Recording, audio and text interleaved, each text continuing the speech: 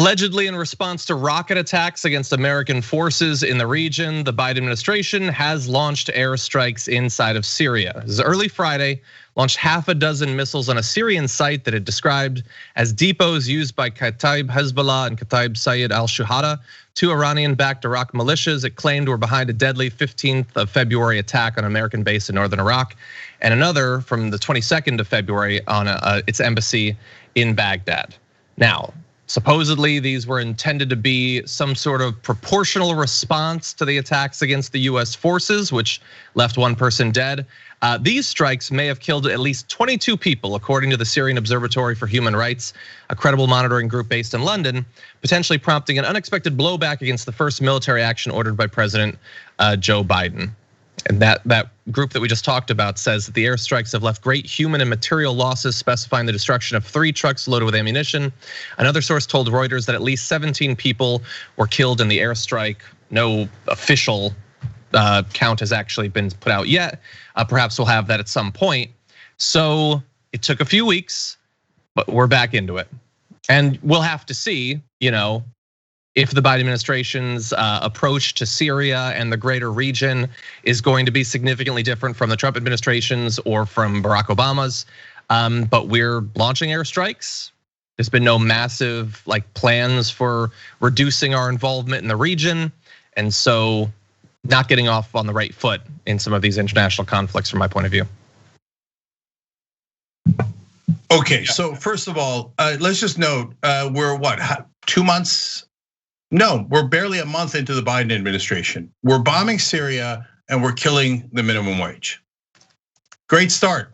And by the way, it wasn't 2,000, it was 1,400. Okay, maybe you let him slide on that because with the 600 it gets to 2,000. But you know what? We're probably going to limit it to people who only make 50,000 or less. And by the time if you make 50,000, you get almost nothing, right?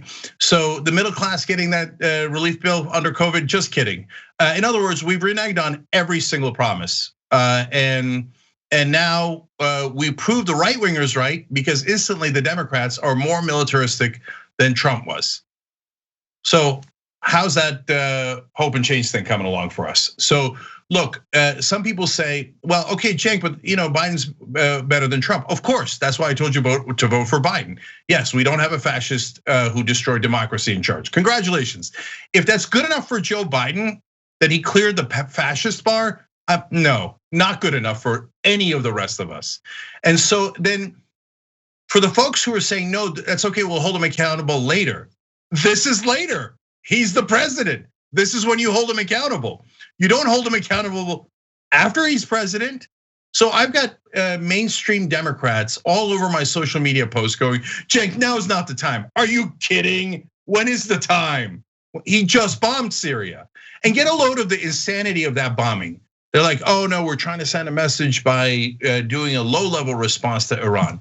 Now reports that they might have killed 22 people. By the way, none of them were Iranian. Wait, if we're striking back against Iran that did a bombing on February 15th in our bases, we think through a militia group, but not directly, and we're not positive. Why do we kill 22 randos in Syria? Now I get it. They say, oh, kind of militia, and that was the other thing was also kind of a militia. So I just killed a bunch of people and hope for the best. No, bombing them is what created the problem. Biden doubling down on it is not what any progressive is interested in. Yeah, this type of response, like bombing militias or enemy combatants, whatever, only leads to exponential growth in the region of other people who hate the United States and will just sympathize with whoever you just attacked. And what I think needs to be stressed is this is a campaign and an administration that said they wanted to restore relations with Iran. They wanted to re-enter the Iran nuclear deal. And before any meaningful diplomacy was attempted, they bombed Iranian-backed Iraqi militias in Syria. Now, one person unilaterally approved that. That is galling.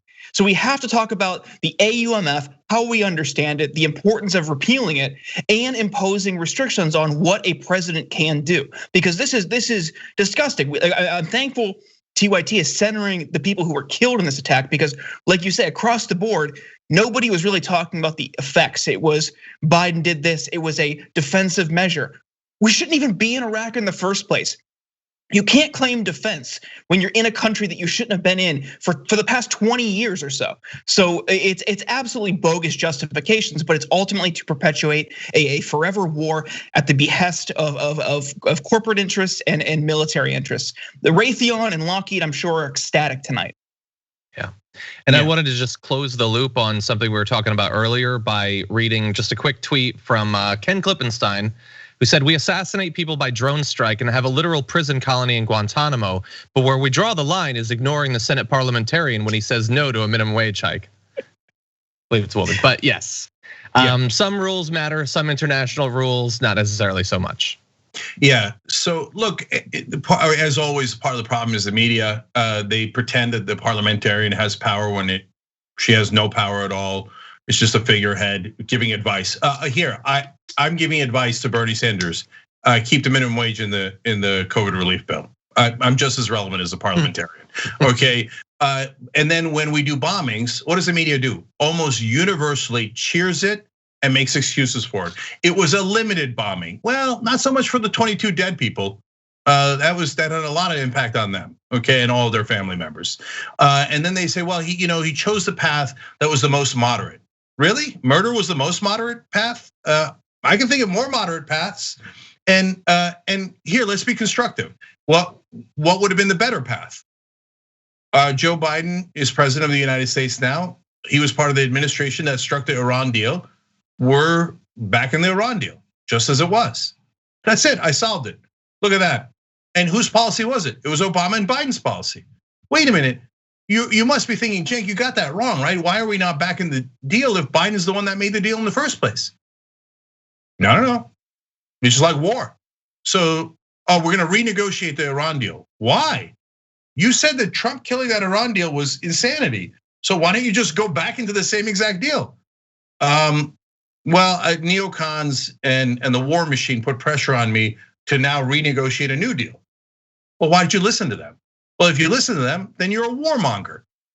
That's who you are. Go back into the deal we made. No, not we, you made, Joe Biden. You made the deal. Why don't you just go back into that deal instead of trying to kill people? Why do you think Iran attacked in the first place? We killed their lead general and we backed out of the deal. No, you're not allowed to say that. We're not, okay. So, but I am not the one saying, Joe Biden said it during the campaign. He said it was Trump's fault. Then why don't you re-enter the deal you wrote? I can't be any more constructive than that. It's not just blind anger. It's not just critique. It's not criticism. It's just telling you to do the most obvious thing in the world. The American people don't want to be in wars in the Middle East anymore. The right wing doesn't want it. The left wing doesn't want it. And as usual, corporate Democrats choose the dumbest strategy and go, well, I know, but the military industrial complex are corporate donors and everybody in DC wants more war, more death. So we're going to take a position that is deeply unpopular with the entirety of the American people to make Washington happy. Well played. Joe Biden won this election by 43,000 votes in 3 states. Otherwise, he would have lost the Electoral College. You think he's going to hold a 43,000 razor thin advantage in a country of 330 million people when he does 2 things, killing the minimum wage hike and bombing people that are both massively unpopular with every cross section of Americans? Corporate Democrats, no one punches themselves in the face better than they do. Thanks for watching The Young Turks, really appreciate it. Another way to show support is through YouTube memberships. You'll get to interact with us more. There's live chat emojis, badges. You've got emojis of me, Anna, John, JR. So those are super fun. But you also get playback of our exclusive member-only shows and specials right after they air. So all of that, all you gotta do is click that join button right underneath the video. Thank you.